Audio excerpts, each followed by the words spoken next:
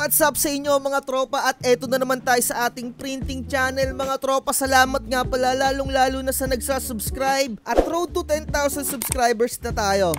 2 weeks ago nga mga tropa, merong nag-comment sa atin. Shoutout muna natin siya, Amihan Lyrics. Sabi niya dito sa comment niya sa ating YouTube channel, okay lang ba bumili ng Epson 14150 na worth 27,000 for the first printing business daw niya? Worth it daw ba ito? Ibig sabihin, ito yung magiging kauna-unahan niyang printer sa parang itatayo niyang printing business. At eto nga yung sagot ko dyan. Ang sasabihin ko lang dito, yung mga base sa experience ko, at sa mga hindi pa nakakakilala sa akin dyan, ako nga pala si Sai TV, tawagin nyo na lang ako na fake guru dahil hindi naman tayo kagalingan talaga tungkol dito sa mga printing emirate na to eh. Sinishare ko lang kung ano yung knowledge ko at kung ano yung mga na-experience ko na legit experience, hindi mga pachamba-chamba kagaya nung kung sino-sinong Poncio Pilato dyan na nang uuto somewhere out there. Eto nga yung masasabi ko sa mga dati pang nakakapanood sa aking YouTube channel, lagi kong sinasabi, walang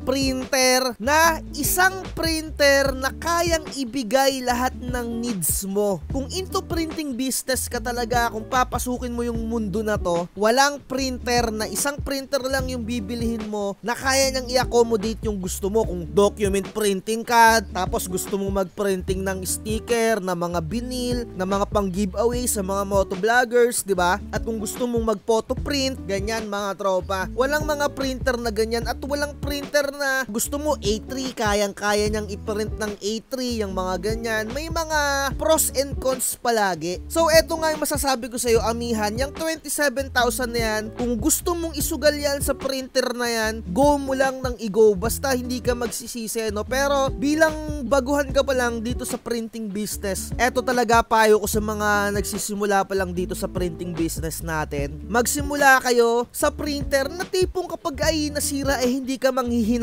na, di ba? Kumbaga, kung gusto mo nang isugal na yung pera mo na yun, na hindi mo na i-expect na babalik sa'yo, di ba? Kasi napakalaking halaga niya ng 27,000 kung isusugal mo yan nang wala ka pang idea. I highly suggest na magsimula ka muna ng Epson 5290 na mga ganyan, di ba? Kasi nga, walang printer talaga na kayang i-accommodate lahat ng needs mo. Pero kung gusto mo talaga na ganyan, bibigyan kita ng mga mangilan-ngilan na detalye na naaayon lang sa mga karanasan ko or sa experience ko at sa mga nakalagay na mga details dito sa online. So unang-una, yung Epson 14150 na sinasabi mo na tig 27,000 ay sold out na dito sa mismong Epson flagship store. So ang pinakamura na nakikita ko dito online ay etong GWPC na 29,000 na. Kasi nga kahit papano, syempre merong din demand etong printer na to. The higher the demand, syempre mas mahal yung presyo kung konti yung supply. Kung makakabili ka nito sa mga malls na tig 27,000, edi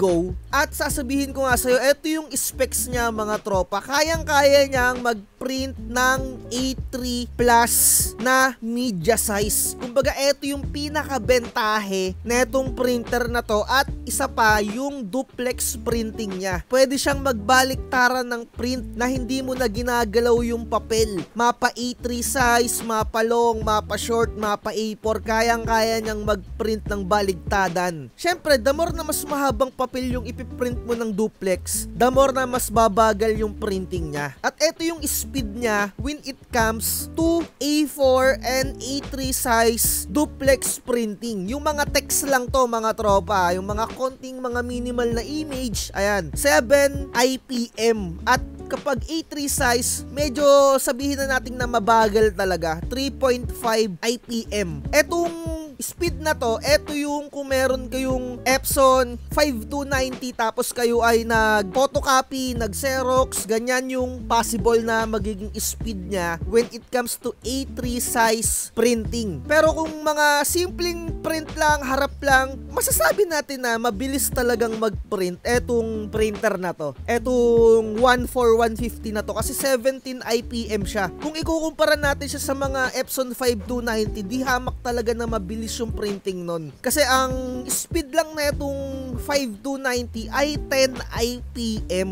Pero syempre hanggang A4, short at long lang tong printer na 5290. Ito lang talaga yung kinagandahan na itong printer na to. Kung nagpiprint kayo ng mga A3 size at duplex printing, ayun lang talaga. Kung ang pinakabentahe talaga ng shop mo ay magprint ng A3 size at baliktaran na print, ay highly suggest na mag-go ka sa printer na to. Kasi kakailanganin mo din to. As times goes by, pinapangako ko sa'yo, bibili ka pa rin ng another printer. Pero mga tropa, kung ako lang kung ako yung papipiliin, hindi ko to bibilhin. Kung wala naman ako mga customer na nagpiprint ng mga A3 size. Ano ba yung mga usually na mga A3 size? Ayan, kung papasukin mo yung Sintra board printing, yung mga A3 size na ganyan, pinaka number 1 talaga yung mga nagpiprint ng mga projects nila sa mga floor plan design, yung mga engineers dyan, yung mga civil engineer na nagpapaprint ng mga A3 size na papel, di ba? Kung ayan lagi yung mga customer mo, go ka sa printer na to. Pero kung magpiprint ka ng mga photos, makikita natin dito ng 71 seconds yung kanyang pagpiprint. Kumbaga 1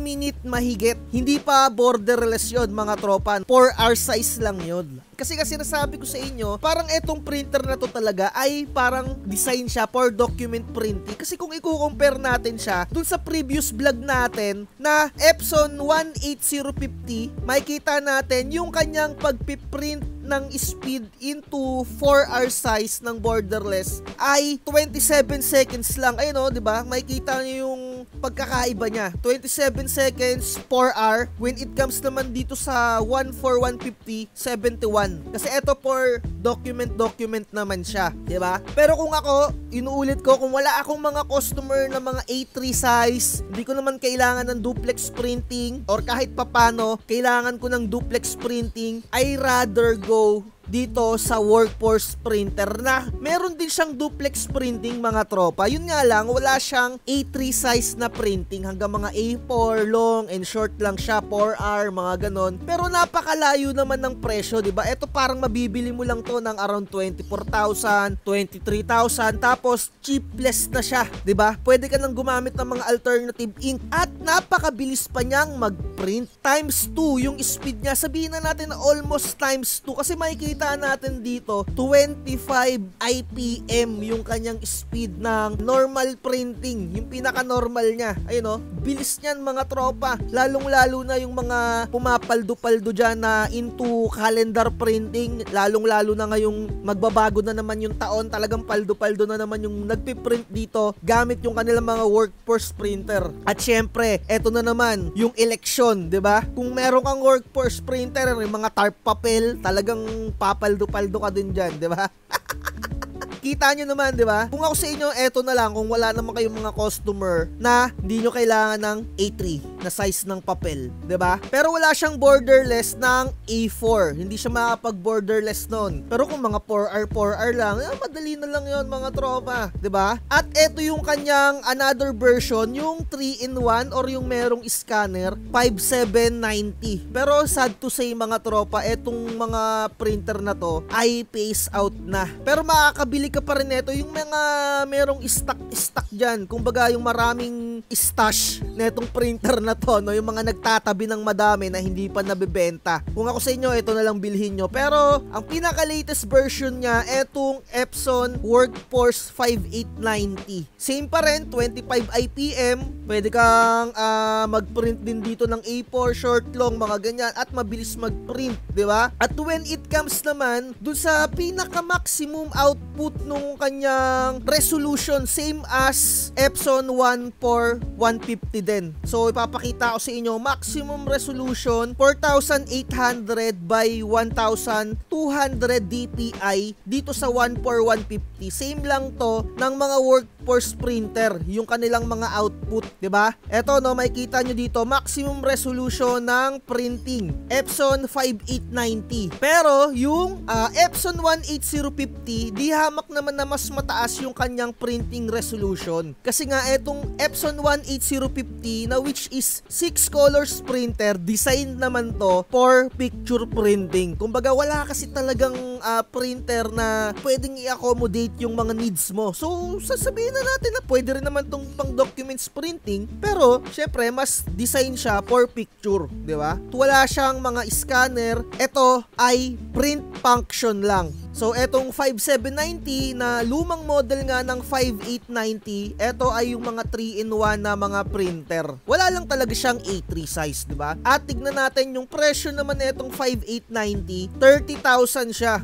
Konting-konti na lang yung idadagdag mo mga tropa. Mas maganda na tong 5890. Cheapless na to mga tropa kung sa Inkrite kayo bibili. At inuulit ko, no, ito ay hindi sponsored ng Inkrite. Tayo ay affiliate lang ng Lazada, di ba? Kung bibili kayo dyan sa mga link ko, edi napakalaking pasasalamat ko sa inyo yan. Na alam nyo naman na isa yan sa mga way para masustain natin yung channel natin, di ba? Ito na yung bagong version. Ito yung for dye ink naman, kung magda-dye ink ka. Kung document printing yung target mo, napaka-goods kung magda-dye ink ka. Pero kung mga gusto mo mga stickers, di ba? Mag-pigment ink ka. Nasa sayo yan, mga tropa. Talagang mag-research ka. Pero kung hindi mo naman kailangan ng mga scanner, ibig ko sabihin, halimbawa, meron ka ng Epson 5290, meron ka ng Epson 3210, so print function lang yung hanap mo, napakalaking tipid mo pa dahil 24,000 lang, naka-pigment ink ka na, di ba? So, eto may kita nyo naman dito sa pinaka-website ng Epson mismo, yung pinaka-specs niya. Precision core na rin yung mga printer head niya, etong latest, dahil eto nga yung latest technology ni Epson. Halos same lang talaga sila na etong workforce printer. Lamang lang yung workforce printer sa speed, talagang lamang na lamang kasi almost times 2. Kinagandahan lang talaga na itong Epson 14150 A3 size at meron siyang baliktaran. Etong workforce, meron din siyang baliktaran na print mga tropa. Yun yung kinagandahan niya. And precision core printer head din siya. So baka sinasabi nyo, eme-eme ko yung duplex printing. Meron din talaga siyang duplex printing mga tropa. Ayun o. At mabilis pa. A4 size 16 IPM. Ayun o. Duplex, di ba? Duplex, baliktadan yon. Eto nga yung duplex na itong Epson 14150, 7 IPM lang, di ba? 5890, same lang din yan. 16, ayan o, wala lang talaga siyang A3. Ayun lang mga tropa. At etong Epson 14150, additional lang din to, para lang siyang upgraded netong Epson 11050 na tinapik na natin previously, di ba? Kasi etong Epson 11050 ay single function printer lang. Kumbaga, print lang talaga siya. Etong Epson 14150, meron siyang scanner hanggang legal size, 'di ba? Meron pa siyang ADF. Pero napakalaki nung agwat, parang almost 5,000 ata kung i-compare mo dito sa 11050 kasi hindi na 27,000 yung presyo nito eh. 29,000 na online, 'di ba? So same na same nga lang siya dito sa 11050, kayang-kaya niyang mag-print ng A3. So ayun lang, 'di ba? Pero etong 11050 ay ang gamit pa rin niyang ink ay yung 003. Pero yung compatibility siguro ng printer head, hindi ko alam kung same na same din sila. Wala akong idea doon, no? So ayun na lang, dagdag information lang to. At ang ginagamit na ink netong Epson 14150, medyo mahal lang siya ng konti when it comes to kung i-compare mo siya dun sa Epson 003. Kasi pigment ink yung black niya, 500 pesos at yung kanyang CMY, ayun o, 300. At masasabi ko na kahit papano siguro may binago dito sa mixture netong Epson 001 compare mo sa 003. Hindi ko alam kasi di pa ako nagagamit niya mga tropa. At makikita natin dito, ito yung Epson 14150. Shoutout dito sa uploader neto, si Abhishek Products, no? Parang ngayon ata yung pagkaka-pronounce nung kanyang YouTube channel. Tignan natin kung gaano kabilis mag-print. Ayan, 'di ba? Ganyan kabilis mag-print yung 17 IPM. Pero colored to, no? Tignan natin yung colored, ilan yung speed niya. Ayun, no, 5 IPM. Pero mabilis na rin, no? Ay, ito pala, 9 IPM kung colored. Ganyan na kabilis. Medyo i-back natin ng konti. 'Di ba? Nakikita nyo naman. Pero, 'di ba, isipin nyo kung ganyan lang yung ipiprint nyo, kung long lang tapos colored, isipin nyo doble yung speed niya kung gagamit kayo ng workforce printer na mas mura pa, 'di ba? No, ayun, no, 25 IPM. doble yung bilis nun.